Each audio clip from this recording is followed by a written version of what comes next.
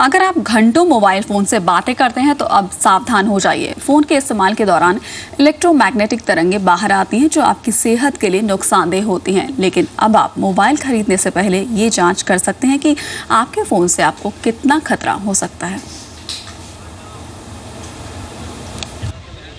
अगर आप दिन में 3 से 4 घंटे मोबाइल पर बात करते हैं तो आपको थोड़ा सावधान होने की जरूरत है।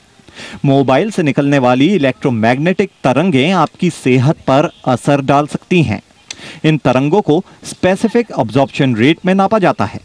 अमेरिका में मोबाइल फोन पर सार वैल्यू 1.6 वॉट पर किलोग्राम तक होनी जरूरी है। वहीं यूरोपियन देशों में यह मात्रा 2 वॉट पर किलोग्राम होना जरूरी है। भारत में भी सार वैल्यू 2 वॉट पर किलोग्राम तय की गई है, लेकिन ये अभी तक हैंडसेट्स निर्माताओं के लिए इसे हैंडसेट पर दिखाना जरूरी नहीं है और यही वजह है कि मोबाइल का इस्तेमाल करने वाले इसके खतरे से अनजान हैं। People have a right for information. So whatever product they are using, we are giving them the information should be there, and we as a value of our company also, we have decided to put it on the handsets. अगर कई popular handsets models की बात करें तो Nokia के N8 में सार head 1.09 what पर केजी है। वहीं ब्लैकबेरी बोल्ट 9780 में सार हेड 1.14 वॉट तो एप्पल आईफोन 4 का सार हेड 1.17 वॉट पर केजी है।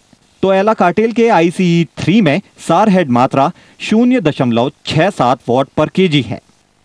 Lot of other things are there which are quite serious in fact, and in fact our government is also becoming serious, but the process is little slow. That's what our opinion, but we are in fact more focusing on getting this type of handsets जो कि बिल्कुल radiation free हो।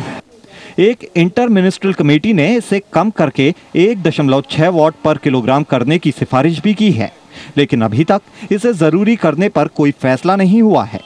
लेकिन आप mobile खरीदते वक्त इसका ध्यान रखते हैं तो आप अपनी सेहत का भी ध्यान रखेंगे। असीम मनचंदा, जी बिजनेस, दिल्ली। रसोई गैस के चोरों पर सरकार ने सख्ती दिखाने की बात कही है। जी बिजनेस के इन्वेस्टिगेशन का असर देखेंगे इस ब्रेक के बाद।